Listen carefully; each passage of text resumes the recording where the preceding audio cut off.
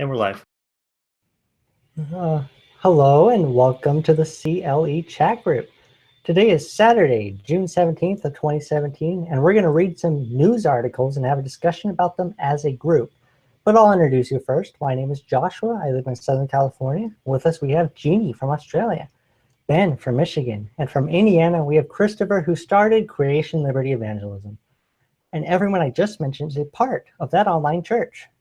And although these video discussions are for members only, you can still watch, use live chat. You can even click the share button below this video to invite your friends and family to listen with us live. Now, if you're watching a recording of this and enjoy watching it live and chatting with live listeners, so make sure to subscribe. Click the bell and you should get notifications when we go live. And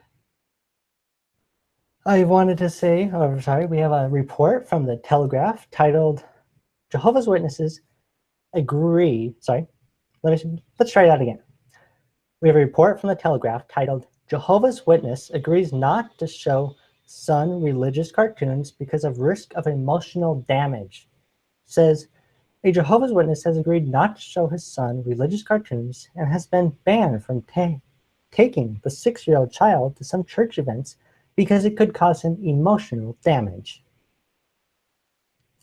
The man is embroiled in a family court dispute with his estranged wife and has been barred by a court from taking the little boy to Jehovah's Witness assemblies, annual conventions, and memorials. Okay, I'm sorry. Could you give me an overview? I was typing something. Could you give me an overview of what you just said, because I missed the context? Like, in your own words, what's... Yeah. So we have a Jehovah's Witness that was banned from taking his 6-year-old child to church events because it could cause emotional damage. Who? Was banned by who? What? A judge. Who's banned? Judge. Like, that's what Malcolm. Context. Well, a judge is banning a Jehovah's Witness for what? What did they do wrong? They're banning a Jehovah's Witness from taking his 6-year-old child to church events, so he's not allowed to take him. Okay, wait a second. Why is he in court? With his ex-wife. Yeah. Wait, what happened? He's in a custody battle with his ex-wife. He's in a custody battle, and he can't take his 6-year-old to Jehovah's Witness meetings by court order. Okay, I'm going to keep listening because, all right, go ahead. Right, and District Judge Malcolm Dodds also said that the father had agreed not to show his son Jehovah's Witness cartoons, a decision he described as wise. The judge said the boy had watched cartoons called Obey Jehovah, Pay Attention at Meetings, and One Man, One Woman. In Obey Jehovah's, a child is taught about the sinfulness of having a cartoon character toy with magical powers, which the child had to put in a bin. He said, while making sense to a child if both parents were Jehovah's Witnesses, such a cartoon would seem a very confusing message to a child like the boy, who has one foot in his mother's world and a wider world in which magical characters are everywhere in books, television, DVDs, on the internet, and in films, and his other foot in his father's world where such magical characters are sinful. The mother asserts that in her submissions that the objective of the cartoons and Bible stories is to condition and indoctrinate children into Jehovah's Witness beliefs through a mixture of fear, manipulation, and a strict boundary between behavior which is acceptable and pleasing and that which is not. I mean, you realize how many contradictions there are here, back and forth on. It doesn't say why they got divorced in the first place, does it? Does it mention that later in the article? It doesn't mention exactly why, but it says he heard that the couple had separated about a year after the man began to study the Jehovah's Witness faith. That's the best it gives. Okay, so he became a Jehovah's Witness and she didn't want any part of it. Are we getting that just about right? Yeah, I would say so. Okay, so it doesn't say if she is of any other faith? It says the boy now lived with his mother, who did not practice any religion. So it doesn't say she's an atheist, or it doesn't give us anything. That's the best it gives. See, how are you supposed to make judgments on these matters when we don't have enough details? I mean, again, it's a news report. Like, we're not the judge sitting in the judge's seat, right? But as Christians, we ought to be able to judge some of these matters. We can't do that without enough details. I mean, if they don't tell us exactly what it is she believes, I mean, if she's an atheist, who cares if he learns Jehovah's Witness stuff? I mean, all that's going to do is that can help prepare him. Like, she can start educating. Okay, here's what's wrong with all that, right? And it's like, even, I mean, I don't know. I don't even know what to say there. I really don't.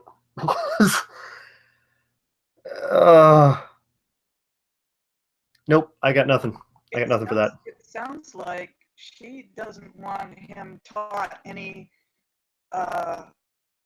morals for any religion. You know, it's kind of like anything goes, and whatever he decides to play with or do is fine.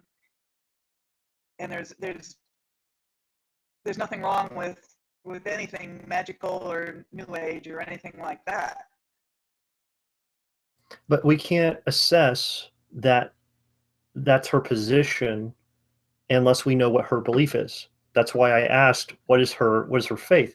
We can't assess those things. So whether or not she understands the new agey stuff, or, you know, other such things like that, it's all really irrelevant, because first off, like, the problem becomes when you have the divorce and then you have the joint custody stuff, because then what the child is taught is no longer a final decision by the father. See what I mean? So we don't even know if this is kind of, she's partly feminist. We don't know that. We don't know if she's maybe an atheist. We don't know that. We know basically nothing to make any judgments on this. The report continues. The father accepts that the boy should not be exposed to such religious-based media until he is at least 12. The boy now lives, yeah, we already read that. So the judge concluded that there was a risk of the youngster suffering emotional damage if he was taken to Jehovah's Witness assemblies, annual conventions, and memorials. Judge Dodge said the boy was impressionable and might suffer as a result of getting confusing messages if he went with his father to certain kinds of Jehovah's Witness gatherings. Because no child has ever been impressionable. He's a very unique boy who is an impressionable. Most children are just not impressionable. They pick up nothing from adults and from the things that they're viewing. I mean, it's just like, okay, this particular case is unique because the child might actually learn something from the things he's watching. Every other child on the planet, now they're just brain dead. And the report continues. The boy's father had asked the judge to decide how much time he could spend with the boy. He also wanted the boy to be a part of his religious beliefs. The boy's mother had raised concern about the boy being harmed by his father's religious beliefs. And he had told the judge how her son had once told her, "God is good and you are bad." Judge Dodge had analyzed the dispute at a private court hearing in Milton Keynes, Buckinghamshire, in May. You know, what I want to say about this is that I know what the temptation is for a lot of people, especially whether it's chat or whether it's us here. It's the temptation to say, yeah, well, our beliefs are blah, blah, blah. You know, well, this is right for that belief, or this is right for that belief. Look, here's the bottom line. If we insert our beliefs into that discussion, it's actually a waste of time. And the reason I'm saying that is because we have to assess what the foundation of the argument is here, okay? And also assess this is not an argument between mother and father at all. This is a plead between mother and father to the true authority in the marriage. I hope listeners are getting what I'm picking up, or picking up what I'm trying to say here. When I did the whole teaching on marriage, if you want to know more, go to creationliberty.com, type in the word marriage, MARRIAGE, and there's an article called Weddings, What Christians Should Know. In there, I talk about the marriage contract, or it's actually a corporate business license. Okay, I talk about it there. I also talk about it in an article I have called what is it? Oh, what's it called with the Christian hypocrisy? A gay marriage and Christian hypocrisy. That's the other one. You can type in gay marriage, okay, into the search bar at creationliberty.com. I talk about it in even more detail there, the different definitions of it, and how the state, once you sign that contract, it's actually a corporate business contract. It's not, they call it a marriage license. It's actually a corporate business contract. All it is a contract that has to do with property rights, and it actually marries you to the state. I'm not, there's many people who've said that. This is not, we're not just saying it. It literally, that's what it means.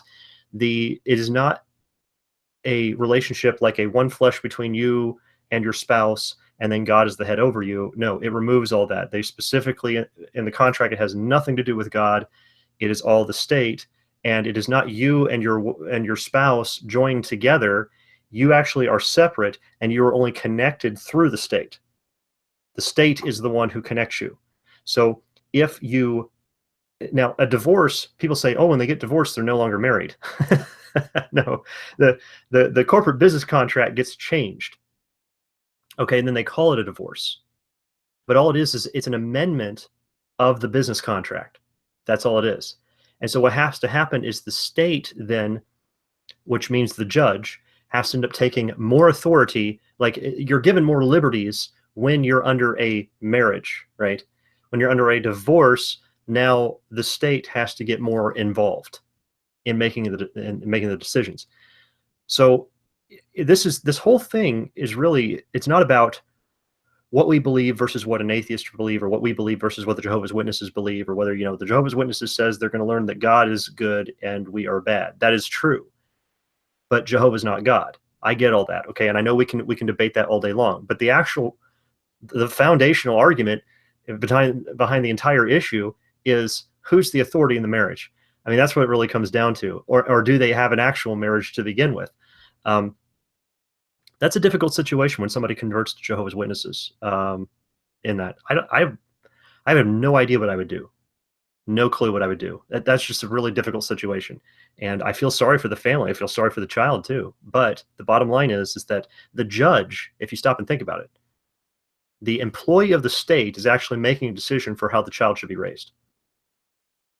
I mean, that's what I think ought to be focused on, is that that absurdity is almost, see, people will debate religious stuff back and forth when they read this, but nobody's going to stop and say, did anybody realize that the state is actually determining how the child gets raised? Yeah, pretty much. The report continues. He has revealed detail in a written ruling. The family involved has not been identified. Judge Dodge said the man could spend time with the boy and could take him to Sunday services, but he said he took a different view about the boy attending assemblies, annual conventions, and memorials. The judge said the man had already agreed not to take the boy on field service, knocking on doors of people's homes, not to read Bible stories to him, and not to show him religious biased media, including cartoons.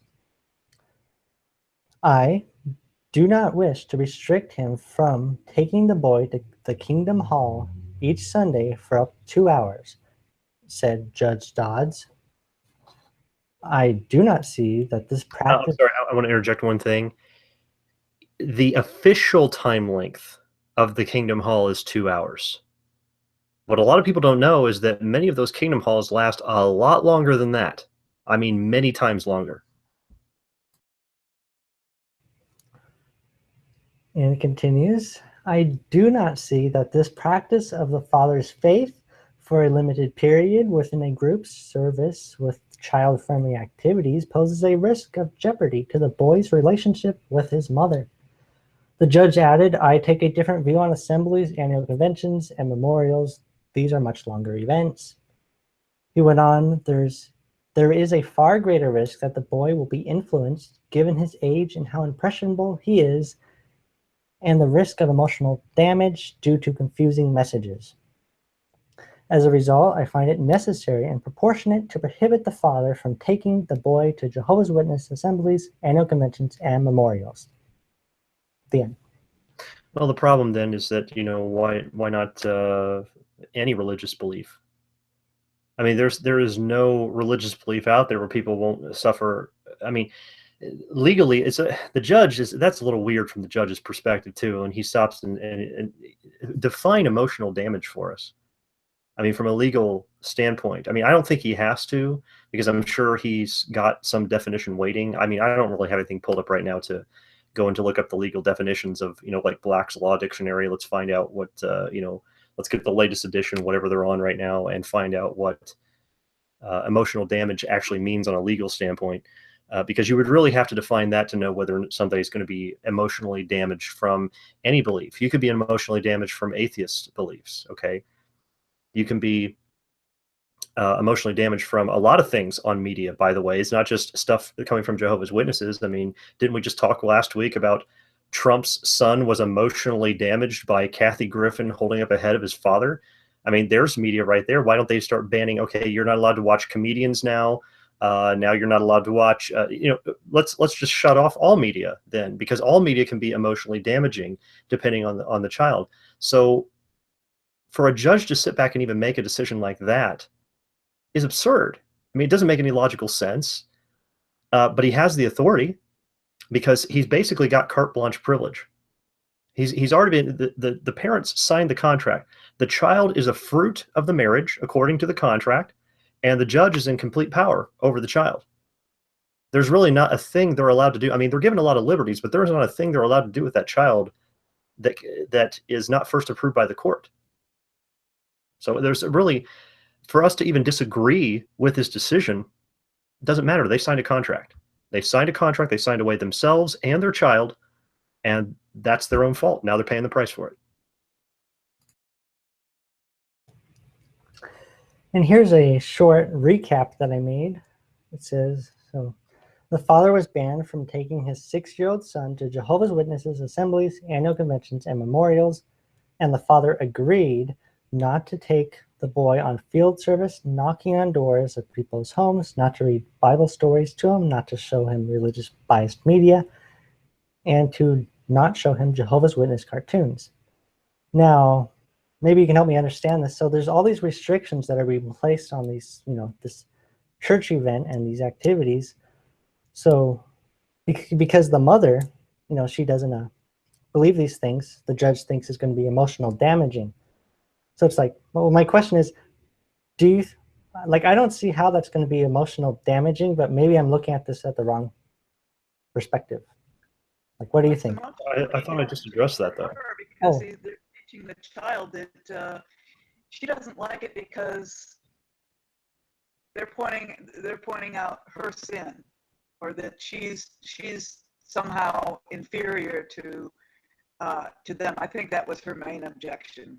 But from what it sounded like at the beginning, when he came home and said that Jehovah was good and she was bad, I mean, that's just the impression that I got. Well, that she didn't want him being taught that she was somehow not the perfect parent that she wanted him to see her as.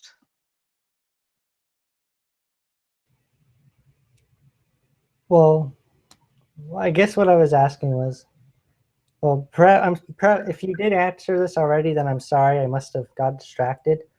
Well, before you even go into that, was the quotation that maybe I misheard the quotation. I thought it was that he came home and said Jehovah's good and he was bad, talking to his son. What was the quote? The son told that to the mom. The son told the mom. The son told the mom that Jehovah's good and she's bad. Yeah.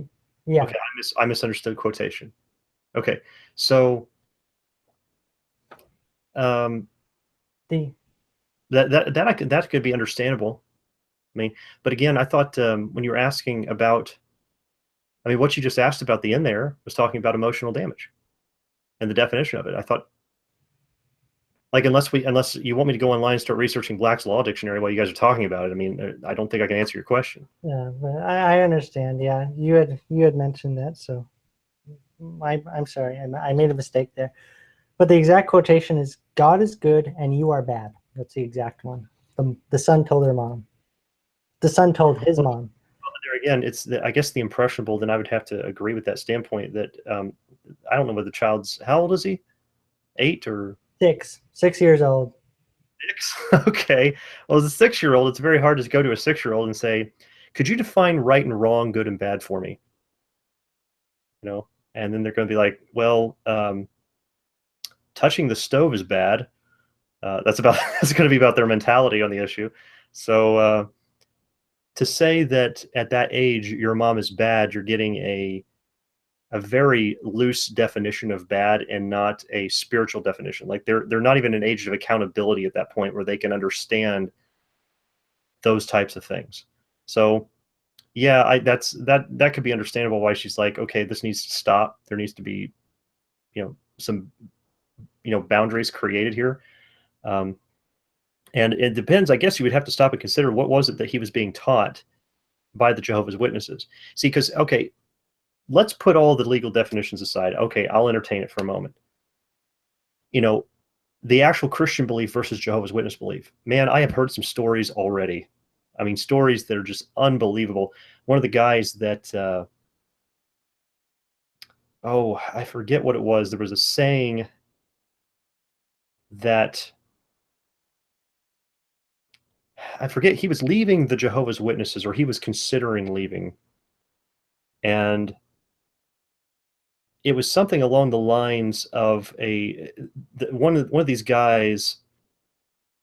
I forget what it was. I forget the exact phrase he used. I'm sorry. I'm gonna stop mumbling here. The Jehovah's Witness had said something along the lines of to him, like the angels don't like your presence here, or something along those lines. Told him, and he got infuriated because there was a friend of his who was also a Jehovah's Witness who committed suicide. And by the way, I've not been able to pull out the statistics. I've heard there's a pretty high rate of suicide among Jehovah's Witnesses for very good reason. But that same line that he used on him was the same line he used on that friend, and the friend went out and killed himself the next day. And so there's these things that they will say to people, these pompous, unbiblical, arrogant things they will say to people to give them impressions of, especially children, like that. So from a legal standpoint, from a governmental standpoint, was really what we were approaching that, because that's basically the bottom line issue, because they signed the contracts. From a Christian standpoint, she's probably got a good argument there. But again, from the governmental standpoint, when you sign the contract, what are you going to do?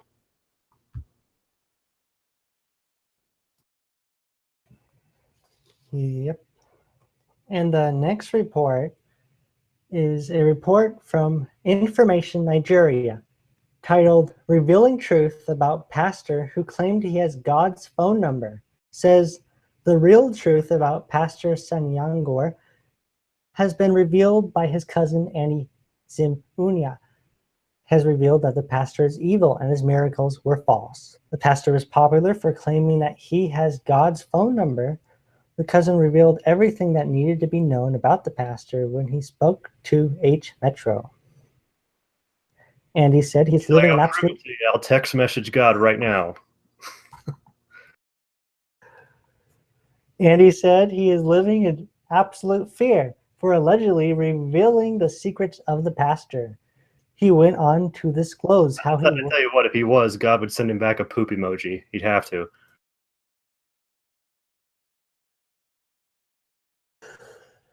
He went on to disclose how he worked with Pastor Sanyangor to book people for fake prophecies and miracles which always seemed true. I had a clash with my brother, Pastor Sanyangor. He pronounced a bad spell on me and my mother, and as we speak, he is threatening me and my mother. I nearly took my life last Saturday after he cursed me with unprintable words. He is giving people my contact number to threaten me after I warned him over disclosing his underhand ways. What did you say about a spell? I had a clash with my brother, Pastor Sanyangor. He pronounced a bad spell on me and my mother. Pronounced a bad spell? What does that mean? I'm not sure. I thought it was... Got to go one at a time. because everybody cuts out when you go multiple people. I said it sounds like he's practicing witchcraft. Well, I wasn't asking what it sounded like. I was asking what it meant.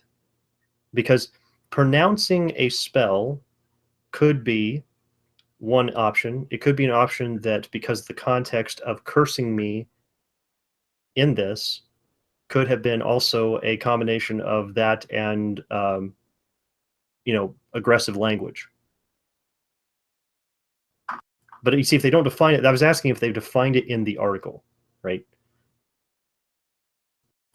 You see why I don't do a whole lot with news media? They don't define hardly anything they're talking about.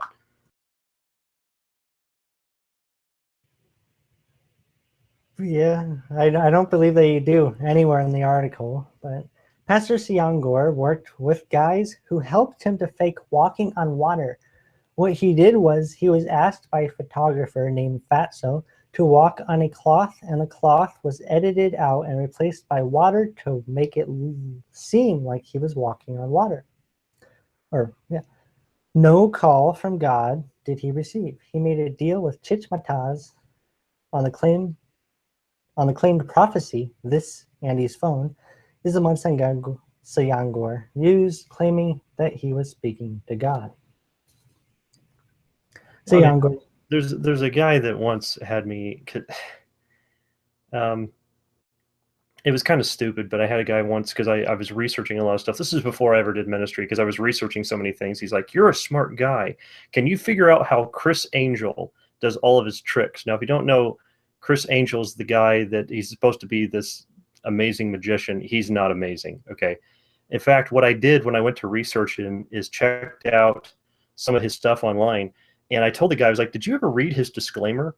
He has a disclaimer at the bottom. He says, "These magic tricks involve camera tricks." So he flat out tells people it's a camera trick. That's it. And there's all sorts of ways. So, like one of the things they did for the walking on water is an idea that he actually was not original to him. What he did is he used clear plexiglass and put it just below the surface of the water. Makes you look like you're walking on water. You can't see the plexiglass in especially water that's like wavy or flowing. Definitely can't see it there. But if you have it low enough, that is. But that actually has been used before. When I was doing research on it, there was actually some sort of modeling studio who had models that were out trying on outfits, and they would come, and their walkway was actually, it made them look like they were walking on water because they had a plexiglass runway. So there's all sorts of ways you can make that look that way. See, but Jesus Christ, he did this in a day where they did not have access to plexiglass, okay? Which means even if he was walking on plexiglass, he would have had to create a plexiglass out of thin air, which means it would still be a miracle. So, but that wasn't the case, because even Peter went to go do it, and he started falling when he got scared, and he started sinking because sinking in the water because his faith was failing. So Jesus Christ was walking across a lake, far into it, or a lake, it's the sea, right? It was an entire sea. He's walking in the middle of the sea out to a ship. So, I mean, this is the kind of thing that people are, they're standing on some puddles and saying, "I'm walking on water," and everybody thinks it's some sort of miracle. This is ridiculous. I'm just pointing that out. Siangor's wife is not at peace. She is fighting battles with my brother over his infidelity, forcing her to take his mobile phone. It is sad to note that Siangor's wife will be in tears when her husband pretends to restore other families' marriages. Tables later turned a few days later. When Annie Zimunia was attacked and was left for dead, he was brutally attacked after his appearance on the weekly Tiladal Moyo show on Star FM. He is currently recuperating in a local hospital. That's the end of that article. Okay, who was it that got attacked? Andy, the guy that exposed him. All right, so I'm thinking about all sorts of things. Can you summarize the whole thing for me? I'll try. So we have a pastor who claimed he has God's phone number, and he did all these false things. He those, he says, false prophecies and miracles, which always seem true. So I don't know what that is. False miracles. Perhaps that's like the water. So he's doing these fake things. And then Andy, there's tons of fake his stuff. cousin, You don't have to get hung up on that. There's tons of fake stuff people do. I mean, the point is you're just summarizing it, right? and then Andy exposed him. And I think that's it. Yeah, but what happened? Who got attacked? Like the attacking, or Andy got attacked after his appearance on the weekly Tadel Moyo show on Star FM. I really apologize because I was thinking about a couple other things. Define attacked. It says he was attacked and was left for dead. He was brutally attacked, and he is currently recuperating in a local hospital. So okay, so he was brutally attacked enough to be in a hospital. That still doesn't give us much. People go to hospitals for paper cuts. I mean, there's crazy people that would go there for such things. I'm not saying he wasn't brutally attacked in a manner that would have caused, ambulance to have to come out and get him. I can believe that, but they don't give us any details. What do you mean? Did he did he slap you across the face a few times and you fell over, or was it like the hand slapping back and forth thing that they started doing to each other, or was the thing like he ran at you with a baseball bat and hit you drive by with a baseball bat like you were a mailbox or something like that? Well, those are two very different things. It says he was left for dead. Right. It says he was left for dead, but it still doesn't tell us what happened. Okay. It's possible the guy could have come up to him and gotten his face yelled at him. The guy fell over, hit his head on the curb, and then the guy ran off like, oh no, something bad happened. I got to get out of here. That doesn't, you see, there's a lot of different situations. It doesn't tell us enough detail for us to know exactly what's going on here. It also doesn't tell us who attacked him or how many people were involved in the attack.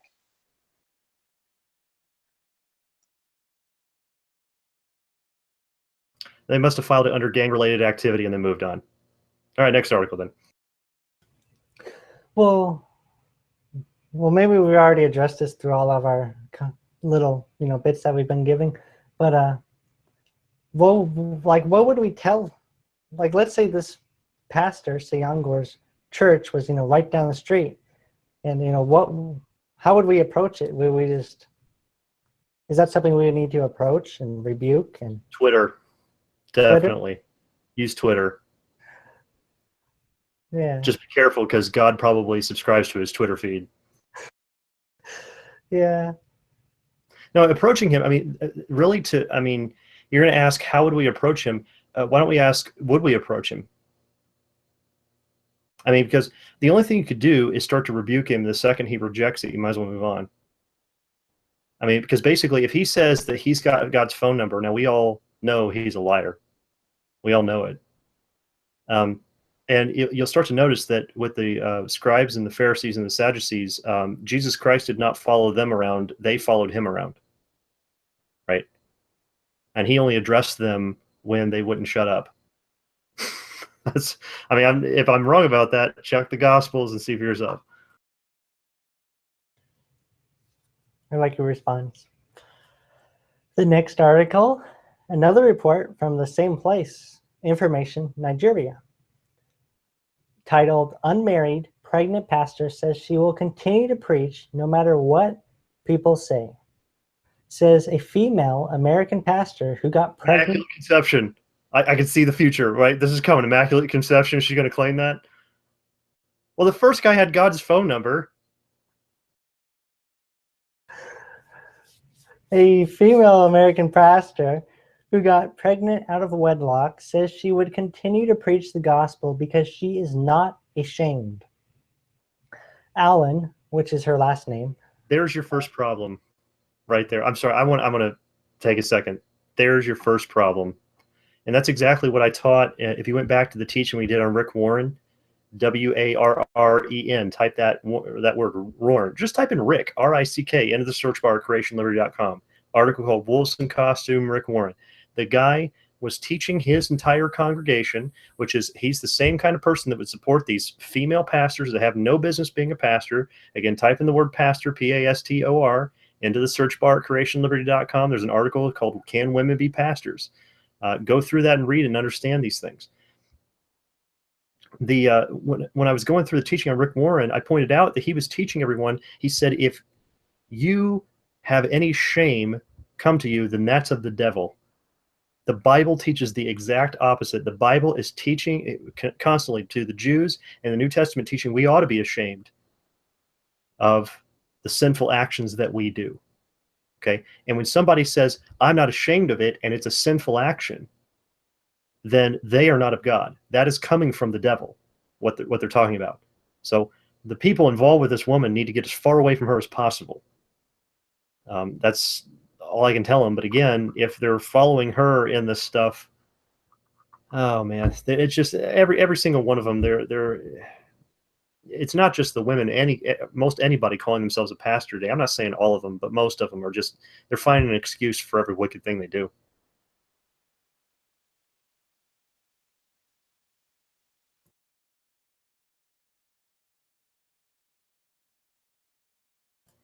When you want to turn your microphone back on, we're ready for you. Thank you. Thank you. I messed up there. Alan, who is the pastor of arts and spiritual formation of the First Corinthian Baptist Church in New York, said she is proud of her pregnancy. The pastor further added that she would continue to stand in front of her congregation and preach about the danger of sin. And that was right. Number one. She's prideful. I mean, everybody always says the thing. Well, I'm proud. I'm so proud. Oh, I'm proud of my children. Oh, I'm proud of my parents. That's the pride that blinds right there. Number one. Number two, we're not asking if you're proud of your pregnancy. We're asking if you're proud of the fornication that resulted in the pregnancy. See how she kind of, what that is, when she said that, that's a red herring. That's to get you off the topic. Because then what people start arguing is whether or not the baby's life is valued. Because, of course, the abortion versus the, non-abortion issues or whatever, right? The abortion versus pregnancy issues is a big hot topic. What she's trying to do is divert the conversation. No. Let's reverse back to before conception, or at least the moments before conception. Why don't you give us some details about that and tell us how, proud you are of that? And that was the end of that article. And I wrote down some questions to have here.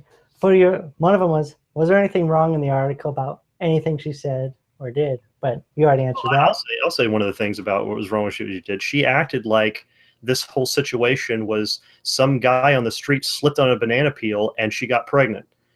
I mean, are we to sit back and say that none of us have any understanding of how the biological interactions work for her to get pregnant? Come on. We're not questioning the pregnancy. We're not questioning the child because the child's completely innocent in this matter. The child didn't make you guys do these things. The question is, why are you claiming to be a pastor when you have no authority over the church as a female, number one, and number two, why are you doing these wicked things and then calling yourself a leader over the church? Yeah. And my other one was, she said she would continue to preach the gospel because she is not ashamed, but should she be ashamed for what she's done? And you covered that before I even asked it. So the next question, should she be proud of her pregnancy? Right. She said she is proud of her pregnancy, but should she say, I'm sorry. Because yeah, you've already answered that one again. Because I brought that up because people always say, they're like, I'm proud of this, I'm proud of you, I'm proud of something. And they always use that in a good sense. I'm proud of this. But pride is bad. So I was just wondering what thoughts were on that phrase that people use. But again, we've already discussed that.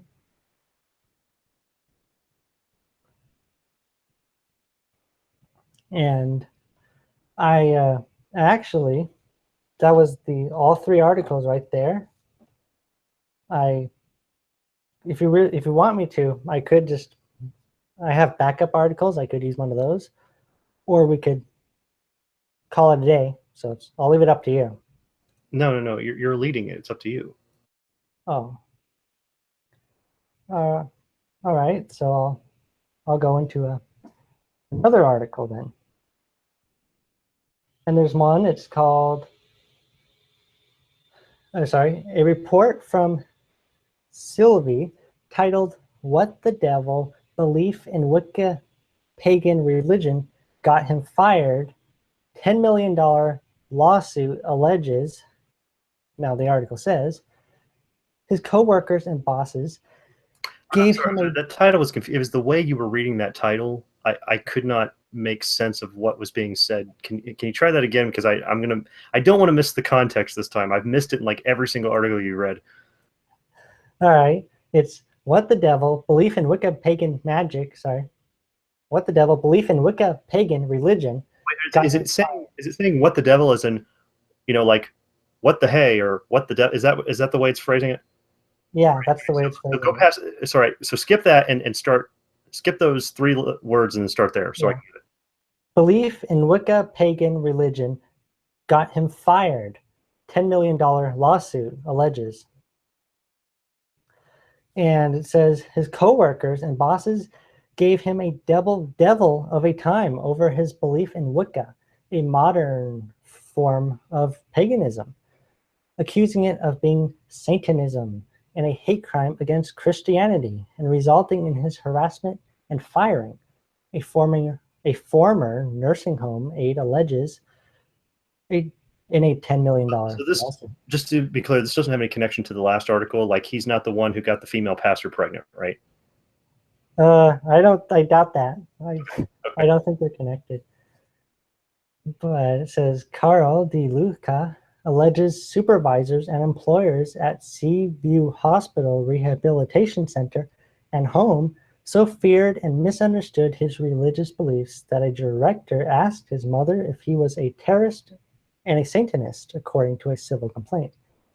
De Luca was the victim on a continuous pattern of religious discrimination resulting in terrorism, despite being well qualified for his position and highly regarded by tenants and coworkers. His civil complaint contends. Sorry,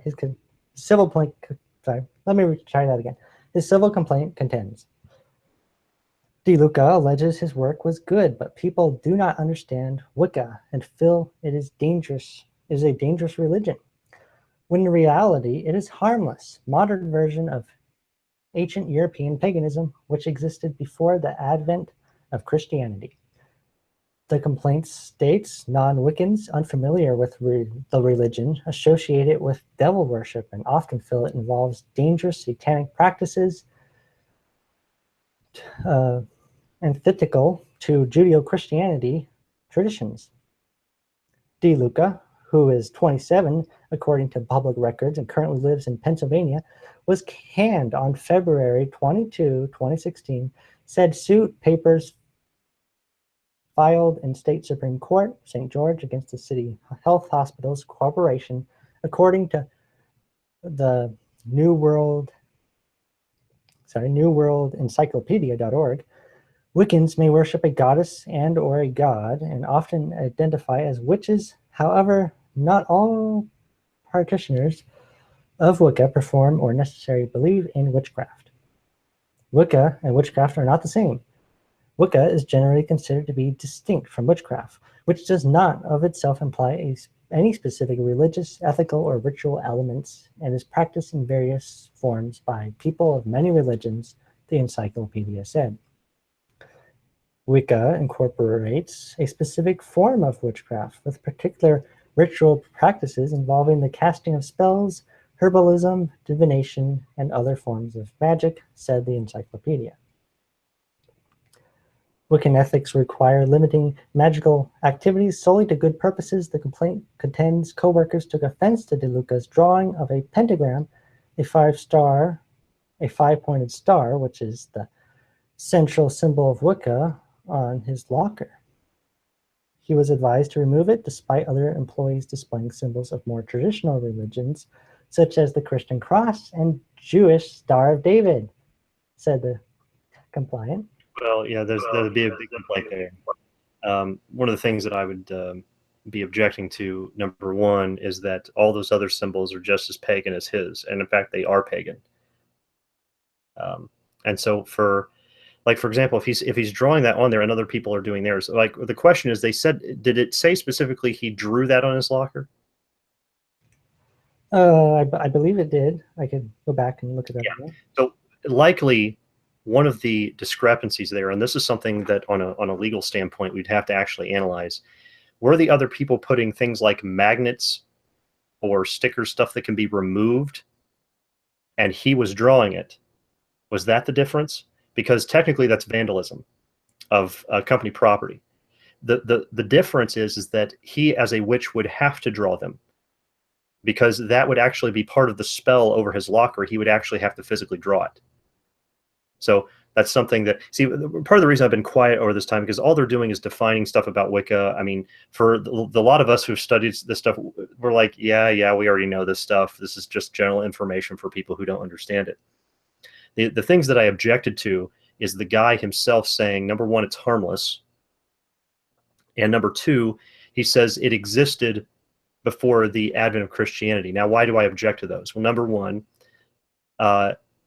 it is not harmless by any means. Okay. Obviously we know that because of all the spiritual ramifications that come along with it. Okay. It is not harmless. And the other people there would find it to be threatening because of those things. Okay. However, their own ignorance of their own pagan actions and what they claim to believe, it's kind of ridiculous. However, the second point is what I really want to hone in on, is when he said this stuff existed for the advent of Christianity, or I would say, just to clarify a little more, before the Christian church was first started, after in Acts chapter 2, right? So I'm not disagreeing with that it was started then. The problem is his focus. Because what's he really trying to say? He's saying it's harmless, which is not true, but then he's saying, look, we were around before you guys, therefore we're better. That's exactly what he's arguing.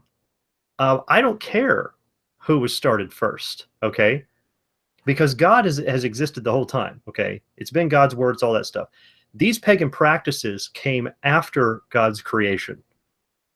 So you want to talk about origins, you're all coming after the facts, okay? Number two, I don't care how old you are, it doesn't make you right. Okay? And this is like one of the examples you could give is like news reporters, okay? A newspaper publishes about a traffic accident on the highway, and they said there was a 10-car pileup. A magazine comes out 2 weeks later and talks about the issue. They said there was a 17-car pileup. But the newspaper said there was a 10-car pileup. That means you in the magazine, you're wrong. Well, what happens if you go later and find out, no, we did our research, and this was the official police report. They said it was 17. The newspaper went too quick and got it wrong. See, whoever gets it out first, publishes something first, does not make them right. Okay? That's the big fallacy with news media in general. They think whoever publishes it first, those are the facts. That's not the case. Often the supposedly facts that are published by the news media, as soon as something happens, they're usually proven wrong 2 weeks later if you just wait a little bit. So what he's trying to argue is that, well, look how old we are, look how ancient we are, you should have respect for what we're doing because we're older and more ancient than you.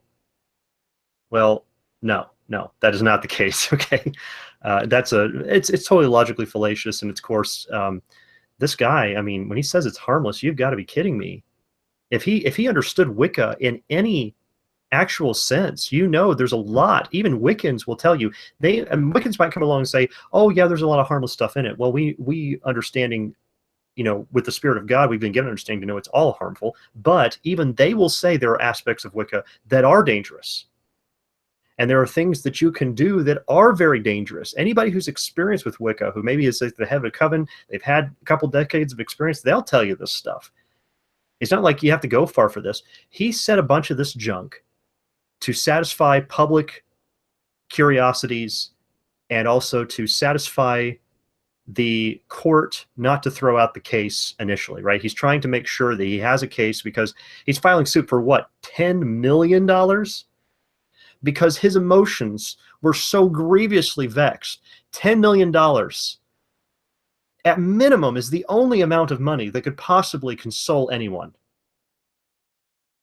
Please. I mean, this is the $100 million pizza all over again, right?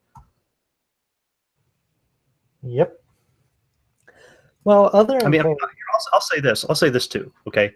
Because I have had, based on my beliefs as a Christian, I've had atheists in my workplace fight against me to try to get me fired. Okay, I didn't sue anybody over that.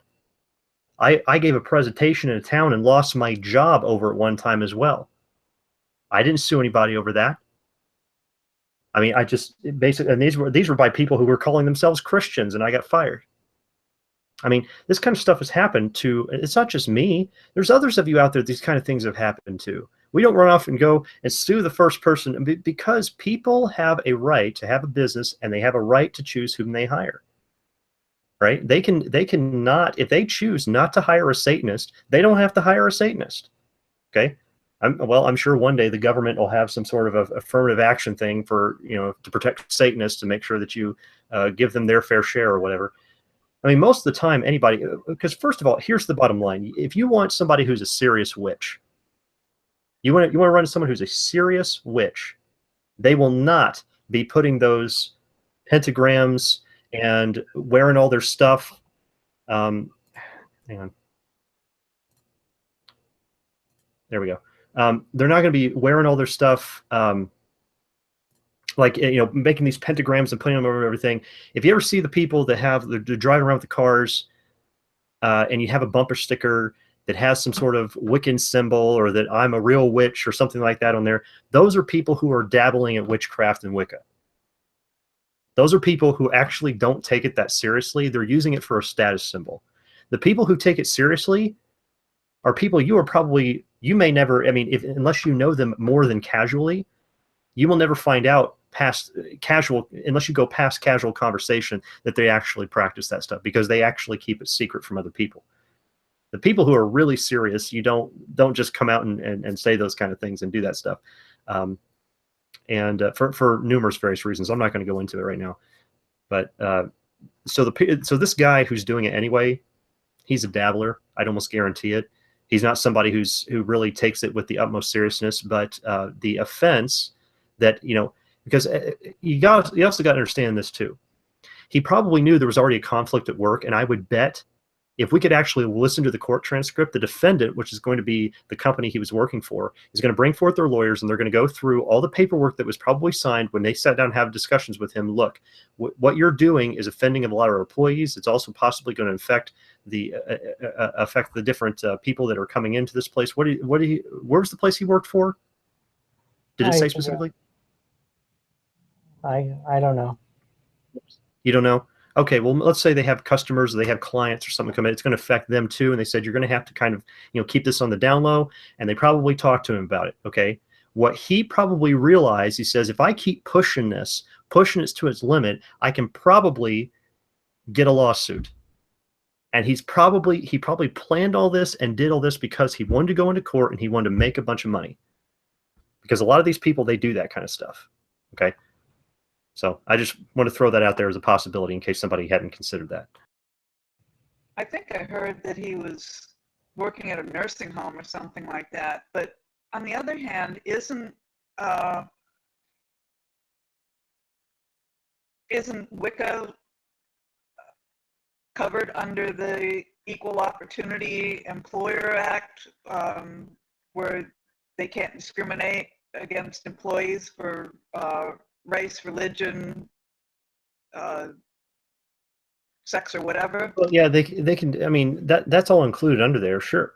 But you see, the problem is that he's claiming this is based on discrimination. What I was bringing up was different points. Like, number one, like he was pushing the envelope, meaning that, okay, look, there's no discrimination against me being a Christian, okay, but what I have seen people do is get in trouble for handing out tracts at work. Right? I'm not saying every job you would get in trouble for doing that. You need to have discretion about what you're doing. But there's some jobs that you will lose your job if you do stuff like that. Right? So there's no discrimination against it, but when the religious beliefs start getting in the way of other, like for example, the viability of the business, meaning that if it's a business issue, like for example, okay, he's trying to push the envelope and starts talking to, if he's working in a nursing home, he starts talking to a lot of the nursing home people there about his religion. He starts pushing that onto them when they don't want him talking about that. When all those, see, the nursing home, these people are paying to stay there, or they have family who's paying for them to stay there. So this is, I mean, it's a very serious matter. He may have been pushing that on them in order to get fired in the first place. I also talked about, that's why I mentioned earlier, it said he drew that symbol on there. That could have been vandalism, which would have been breaking the laws of that, which means it's not a discrimination issue. He's being fired on the grounds of destruction of property. So what I'm saying is I think there's a whole lot more going on in this case than what's initially put in the news report. We'd have to read the court transcripts to find out. While other employees were allowed to wear crosses, a supervisor ordered DeLuca to cover up a Wiccan pendant which he wore depicting the Green Men, a horned man peering out of a mask of foliage, said the complaint. Well, and part of the reason for that, and I could probably guarantee, what city was this? Did it say what city it was? Where he worked? If it did, I don't recall. Okay. Well, anyway, the thing is, where this probably was probably some sort of more Christian, like it had more Christian-based town, or a Christian-based, like the general religious belief is a Christian type community that they have in there, right? And whether it was, maybe it was a Catholic one or something like that, okay?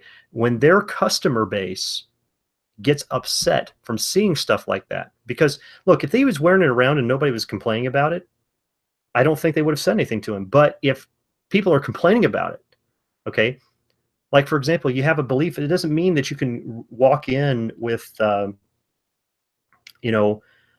his like a symboled image of this triple goddess, and the goddesses were completely nude. He couldn't walk in wearing a shirt like that because that's going to offend other people. He can say, "This is my religion." Yeah, but you see, now you're showing nudity, and you're offending other people by this, and so you've got to stop. See, there are certain rules that the company has as well, and if the company, their profits are going to be affected, like their capability to stay in business because of their clients is going to be directly affected by this one employee who's doing these things when they've asked them not to do that. See, they've already not discriminated against him for being a witch. They've already not discriminated because they hired him. If they were discriminating against him for being a witch, they would not have hired him in the first place. So I believe there's something else serious going on here behind the scenes that we don't know about. The head of security told DeLuca the pendant was offensive and I'm sorry, I don't know how to pronounce that word. I believe it's constituted Satanism and a hate crime against Christianity, alleges the complaint. Co-workers even went so far as to lodge false complaints about him, DeLuca contends. One man, the complaint alleges, claimed DeLuca had left a note on his locker indicating DeLuca was going to blow it up. Another falsely claimed DeLuca had guns in his locker. Are they saying these are false claims? Yeah, they're saying that these are false claims. Yeah, this is another falsely claimed.